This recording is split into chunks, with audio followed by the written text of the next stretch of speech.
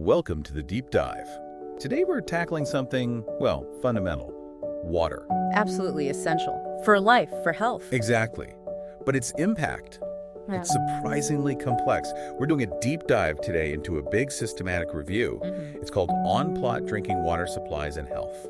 Sounds specific. It is. And the sources are really impressive. This isn't just one study. No, it's a review, right. Pulling together lots of research. Dozens of individual studies, yeah. So we get this broad but also really detailed picture. How having water right where you live, how that shapes health.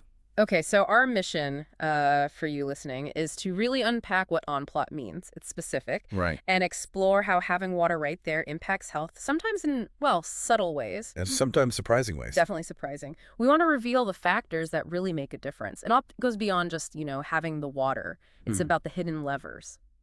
Yeah, I think you're going to hear some findings that might challenge some assumptions. What really drives health improvements? Sometimes it's a bit counterintuitive. Get ready for some aha moments, maybe. Hopefully. Okay, so let's kick off with that definition. Yeah. What is on-plot water access? Simply put, it's a water source inside the boundary of your home property. Like a tap in the house or in the yard. Exactly. Or within your compound. The key is it's on your plot. Contrasting with off-plot. Which means you have to go somewhere else to get it. A community tap, maybe a river, away from home. Got it.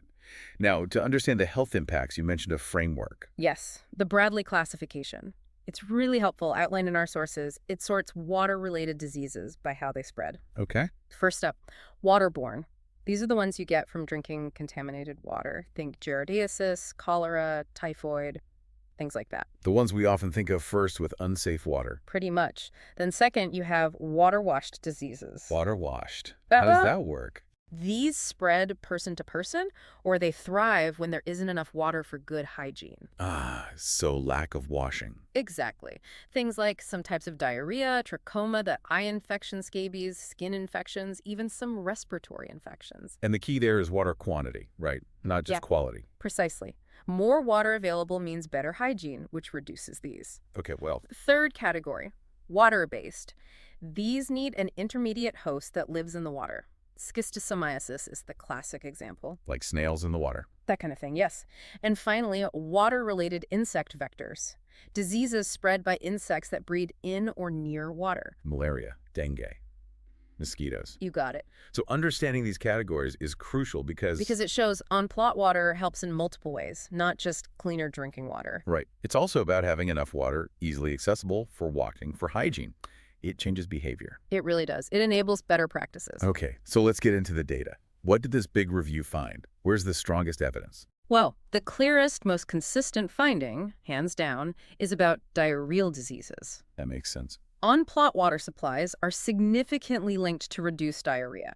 Study after study showed this. 13 studies reported significant benefits. Can you give us an example, something concrete? Sure. A study in Burkina Faso, for instance. Households with on-plot water access. They had much lower odds of diarrhea. The odds ratio was 0.57. Okay, unpack that odds ratio for us. 0.57 means? It means the odds of having diarrhea were almost cut in half, essentially, compared to those without on-plot water. Anything below 1 means lower odds. Wow, that's a big drop. It is. And another critical factor that emerged, continuous supply. So the tap needs to work reliably. Exactly. Consistent, uninterrupted water flow was also clearly linked to lower diarrhea rates if it only works an hour a day. You're back to storing water and potential recontamination. Precisely. That actually came up in one study, didn't it, in Papua New Guinea? Yes, that was a fascinating nuance. They had on-plot water, but the service was unreliable. And that less reliable service was associated with higher diarrhea rates. So reliability, consistency is just as important as the pipe itself. Well, absolutely key. Okay, so diarrhea is the big one. What about those water-wash diseases you mentioned? Trachoma, skin infections, things linked to hygiene quantity. Right, because on-plot access generally means more water used for hygiene. And the data supports this for trachoma. The eye infection. Yes. There was a significant health benefit seen in Mali, an odds ratio of 0.73. So roughly a 27% reduction in odds. Still pretty good. Definitely positive news. And for scare infections, generally, the review found reductions too, often around 20% to 30% with better water access. Likely due to more washing. That's the strong hypothesis. But respiratory infections were more mixed. Why do you think that is? If hand washing improves, shouldn't that help? You'd think so, and some studies with piped water did show a reduction, but others didn't find a significant link. Respiratory infections just have so many other ways to spread. Airborne, close contact. Exactly, so improved water helps, but it's not a silver bullet for everything, especially respiratory illnesses. Okay, that makes sense. What about other things? Parasitic worms. Helminths. Ah, yes, helminths. The review looked at those too. 3 studies found statistically significant benefits linked to on-plot water. Like what? Well, one example from Malaysia looked at Ascaris infection, a type of roundworm. Yeah. Households getting water off-plot had significantly higher odds of infection compared to those with on-plot access. The odds ratio was 2.9. Whoa, wait. 2.9, that's nearly 3 times the odds for the off-plot group. Exactly. A really strong indicator that on-plot access was protective against that specific worm. But you said findings were mixed overall? For hookworm, yes, the results were conflicting across different studies. So it suggests on-plot water helps, but maybe the type of worm, local conditions, they matter a lot too. Right. Okay, now, let's talk about where the evidence gets a bit murky or even surprising. We want to be transparent with you, the listener. Child growth, height, weight. You'd intuitively think better water access, better growth. You absolutely would. It feels like a direct line. But the review found what? No strong evidence of a direct impact. Really? None. Not consistently. Some studies hinted children using off-plot supplies were maybe shorter, but others found no significant link at all. That's really counterintuitive. Why might that be? Well, child growth is just so complex. Nutrition, overall sanitation, healthcare access. Water is just one piece, maybe not the dominant piece for growth specifically. Okay. What else was surprising? Hepatitis A. Okay. Again, the studies didn't find a significant overall health benefit from on-plot water for Hep A. Which is odd because it can be waterborne. It can be. But even more surprising, one study, this was in Egypt, actually suggested higher rates of Hep A among the on-plot users. Higher rates? How is that even possible? It really makes you scratch your head. It forces you to think about maybe specific local contamination risks, or maybe how the water is handled even when it's on plot. Perhaps issues with the pipes themselves in that specific location. So even if the source is nearby, contamination can still happen. It absolutely can. Which brings us to a really important point. Okay, let's unpack this more. The benefits aren't just about the water being there. It's how it's accessed, how it's managed. Exactly. It's not just flick a switch, problem solved. The details matter hugely, like distance. Even within the plot or just getting to the plot? Well, the review looked at distance generally.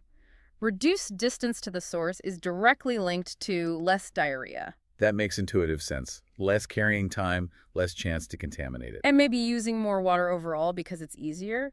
The review even pinpointed some thresholds. Oh yeah, like what? Collection times under 5 minutes or distances less than about 112 meters. Those were associated with less diarrhea. Wow, that precise. Those were the numbers that came out consistently in the analysis. It suggests that convenience factor really kicks in below those levels. And the flip side, long collection times. If it took 30 minutes or more to collect water, that was linked to more diarrhea. Probably using less water, more storage time, more contamination risk during transport. All of the above, likely. And that links back to water quantity. Right. You said on-plot usually leads to more water being used in the home. Yes, significantly more. And that increased quantity is tied to reduced diarrhea, reinforcing that water-wash disease pathway. More water equals better hygiene. And you also mentioned reliability earlier. That came up again. Oh, absolutely. Continuous supply, it's crucial. Intermittent supply forces storage. Which opens the door for problems. Right. But here's maybe the biggest, finding from the review related to storage. Okay, Emery. Households using larger water storage containers. Yeah. More storage. Sounds good.